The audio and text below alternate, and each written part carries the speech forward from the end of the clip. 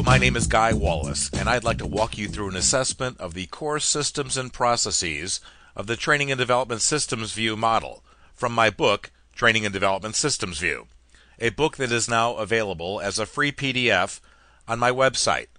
More on that later. I created this model or framework in the late 1980s to help me assist my training and development clients in becoming more process-centric in their approaches to their department and how they do business. And hopefully they would then take a more process-centric approach with their clients and approach their efforts more by learning by design than learning by chance. Learning by design is when the enterprise deliberately moves away from informal learning as their approach for ensuring performance competence for key target audiences in key enterprise processes and value chains.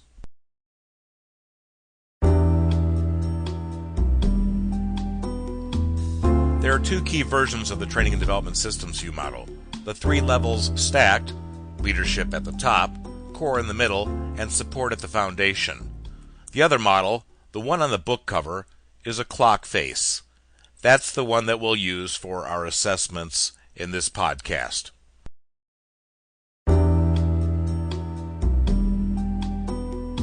Five o'clock, Training and Development Product and Service Line Design System. There are 3 processes here. 5.1, Training and Development Product and Service Line Program Management Process. This process oversees the efforts to determine, across the enterprise, which training and development priorities to address. The decisions made as to which of the highest priorities from the various units and segments of the enterprise should be addressed and in what order, as directed by the governance and advisory system. This process interacts with the governance and advisory system and responds, perhaps planning and implementing over a multi-year period, the development and acquisition of content. Assessment questions. Do you have an articulated, documented process with everything spelled out? Are the processes followed more often than not? Are your training and development product and service lines, your overall curriculum and other non-product services, are they rational, performance-oriented, synergistic, and do they work seamlessly, or are they overlapped and gapped and they don't work as an integrated set of performance enablers? Clues and cues that your process is broken. Projects undertaken by the training and development system are not the most critical to the enterprise. Return on investment and economic value add forecasts do not exist or suggest a low payback for the efforts. You spent hundreds of thousands to develop and acquire generic content when strategic or critical enterprise initiatives have been under-resourced. No project management portfolio exists. The portfolio is not aligned with the business or training and development organizational strategies. The portfolio is not logical, and it doesn't align with functions and or management's model of the business. 5.2. Training and Development Product Line Design Process. This process is a macro ISD process. It is a systematic process for conducting the project planning, performance and enabling analysis, macro design of training and development, and prioritization of any product line gaps. It is a very different process from traditional ISD processes as represented by the AT&T model. This is what I call a curriculum architecture design. This process, system engineers or architects the training and development product and or service line to support the performance of the enterprise's critical business processes. Assessment questions. Do you have an articulated, documented process with all process outputs, measures, tasks, roles and responsibilities spelled out clearly? Is the process followed more often than not? Does this process produce a set of training products that maximizes reuse of shareable content, along with unique content, to ensure reduced life cycle costs to the enterprise? Are your training and development products, your overall curriculum, are they rational, performance-oriented, synergistic, and do they work seamlessly, or are they overlapped and gapped? Clues and cues that your process is broken. Training and development efforts are one-offs and not part of a comprehensive effort to understand the total critical needs of targeted audiences and address those high payback needs on a priority basis. Chunks of content products don't maximize potential for appropriate reuse. There are gaps in critical content. There is redundant content between training and development products. Training and development products don't directly target performance and impact performance adequately. Key critical jobs do not have a logical menu and path for career development. Members of key target audiences don't know what training and development to complete in what order. Your product offerings don't align with critical high payback business training and development strategies and needs. 5.3 Training and Development Service Line Design Process. This process is similar to the previous product process, except that it macro designs the non-product training and development service line.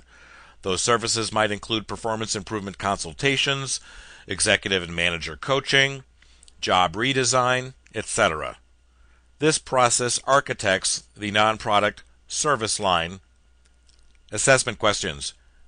Do you have an articulated, documented process all spelled out that's being followed more often than not? Does this process lead to customer-valued training and development services, such as executive coaching, process performance analysis, process modeling, process mapping, etc.? Are your training and development services rational, performance-oriented, synergistic, and do they work seamlessly, or are they overlapped and gapped? Clues and cues that your process is broken. Portions of the enterprise are complaining of a lack of needed services from training and development, or are demanding them. Training and development efforts are one-offs and not part of a comprehensive effort to understand the total critical needs of target audiences, and then address and meet those high payback needs on a priority basis.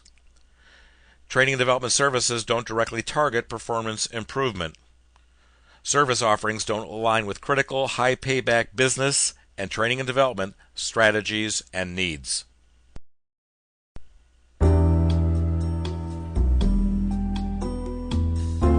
Six o'clock. Training and development product and service line development and acquisition system. There are 5 processes here.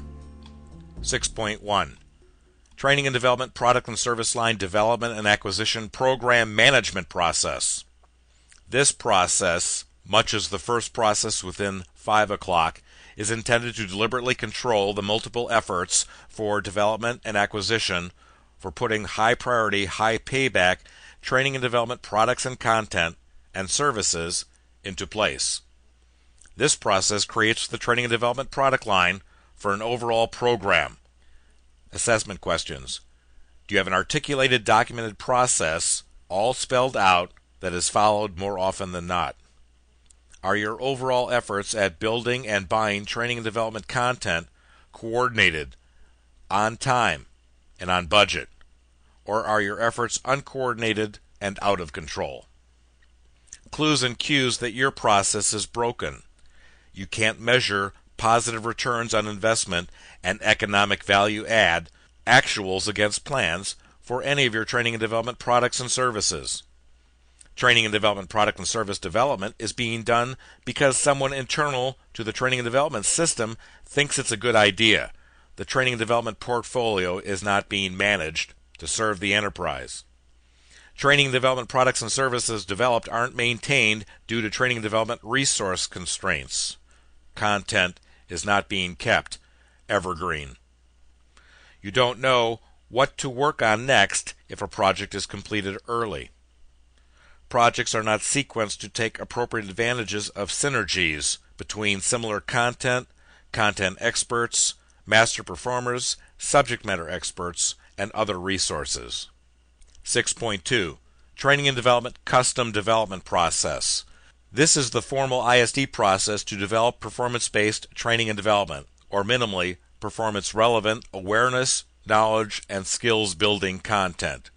This process can be done via insourcing, outsourcing, or a combination of the two. This process creates the training and development. It is sometimes known as the ADDIE process. Assessment questions. Do you have an articulated, documented process with all process outputs, measures, tasks, roles, and responsibilities spelled out clearly? Is the process followed more often than not? Does it ensure that only good quality, performance impacting training and development content is built and makes it into the overall product offerings? Clues and cues that your process is broken. Training and development does not meet the established objectives for transferring awareness, knowledge, or skills to the target audiences and enabling them to perform. Training and development efforts are somewhat ad hoc, not in control, and not predictable in terms of their eventual costs, cycle times, or quality of output. Training and development does not design and build appropriate, reusable chunks of content for sharing with other targeted audiences that lead to both shareable and unique content. 6.3. Training and development purchase products acquisition process. This process is a formal process to buy training and development content for use as is or after modification prior to its deployment. This process buys existing content. Assessment questions. Do you have an articulated, documented process with all process outputs, measures, tasks, roles, and responsibilities spelled out clearly?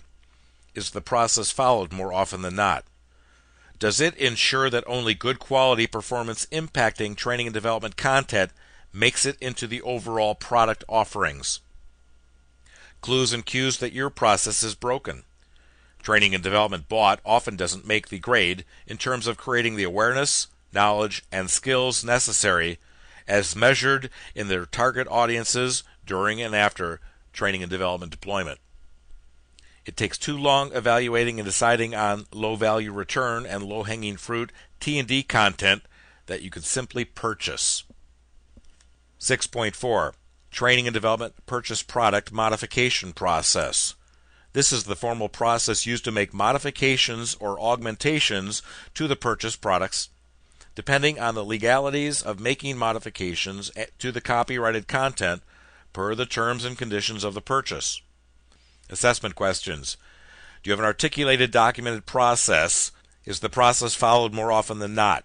Does it successfully make the modifications to the purchased product legally? Does it ensure that only good quality, performance impacting training and development makes it into the overall product offerings? Clues and cues that your process is broken. You have or have had legal issues, lawsuits, complaints, or future risks resulting from making modifications to copyrighted training and development materials and content. The cycle times and costs for making modifications are not reliably predictable. Training and development bought and modified often doesn't make the grade in terms of creating the awareness, knowledge, and/or skills as measured in their target audiences during and after training and development deployment. 6.5. Existing training and development maintenance process. This process allows any existing training and development product to be updated as needed. It employs sound ISD processes. It uses the original project data as available and revalidates that before moving forward with any updates. Assessment questions. Do you have an articulated, documented process that's clear? Is the process followed more often than not? Does it ensure that the overall product offerings are up to date and performance impacting? Clues and cues that your process is broken. Training and development products are still being deployed that are in need of updating. Updating cycle times and costs cannot be reasonably predicted. You never do stop updating. Maintenance is not a resourced, prioritized project effort.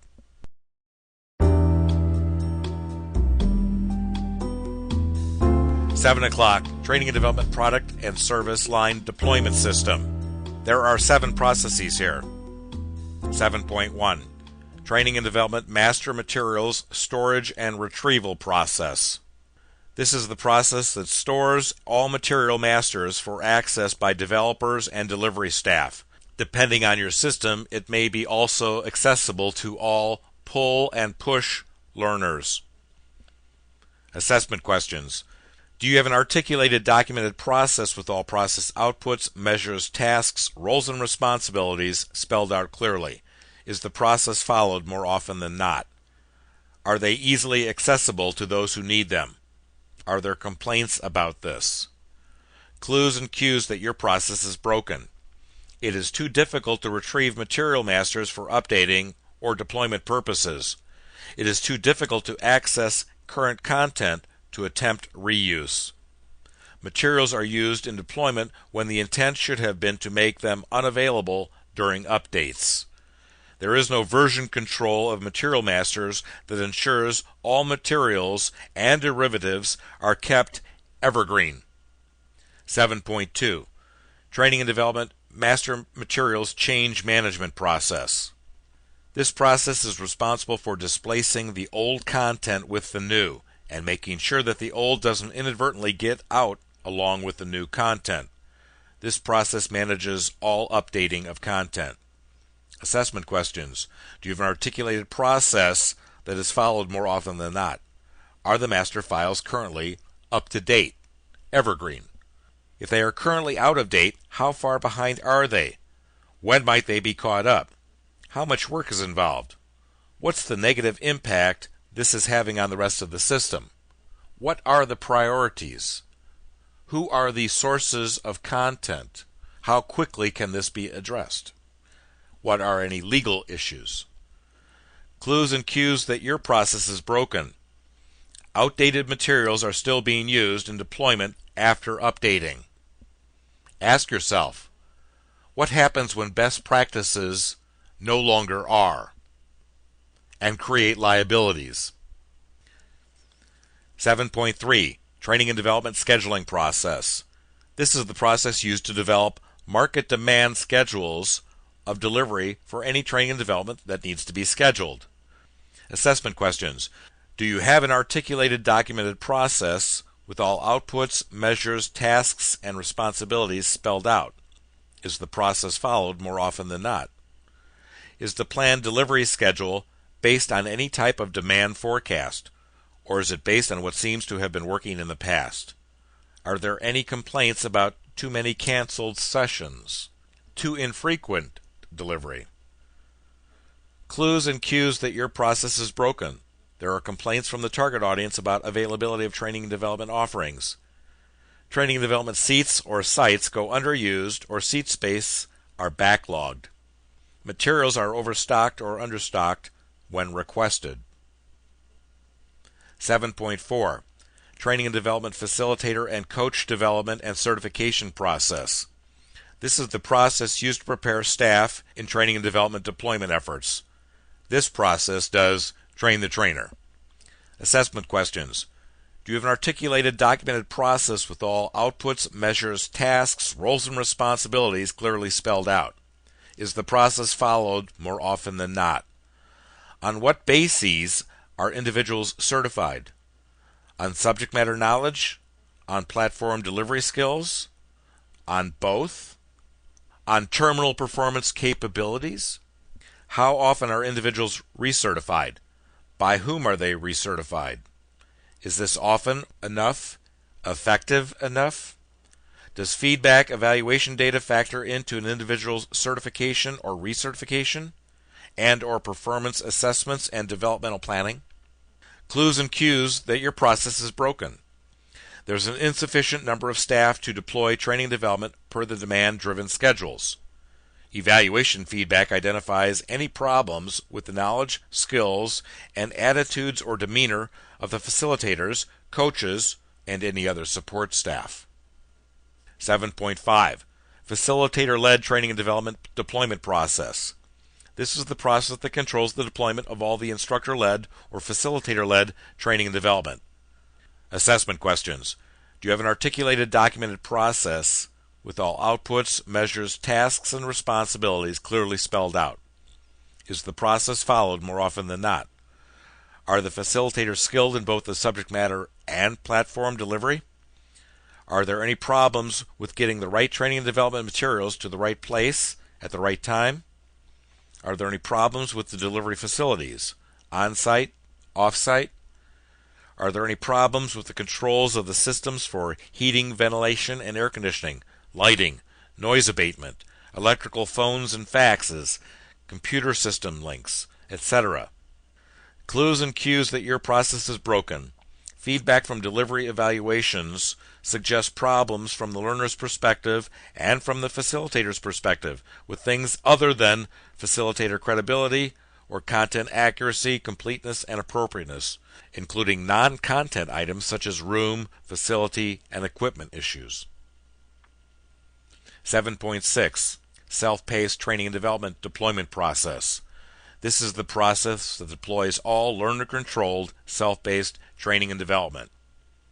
Assessment questions. Do you have an articulated, documented process with all the outputs, measures, tasks, and responsibilities spelled out? Is the process followed more often than not? Is the feedback from the learners satisfactory?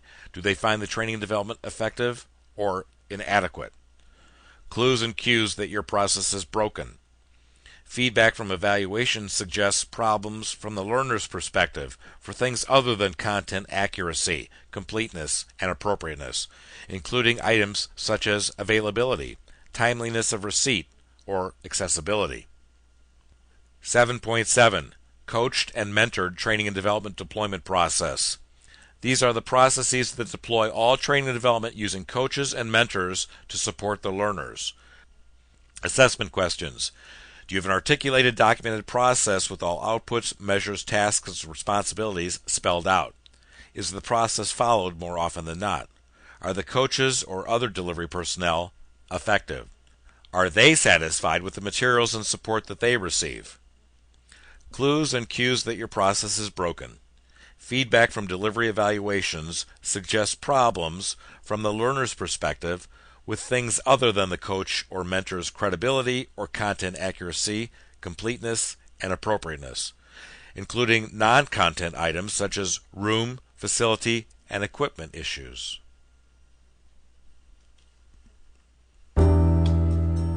Well, that's it in a podcast nutshell, so to speak.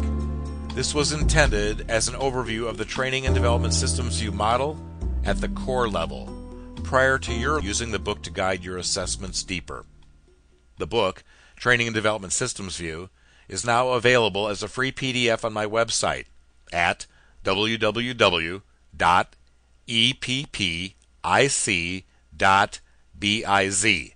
That's epic with 2 P's, .biz. You can reach me, Guy Wallace, via the website as well.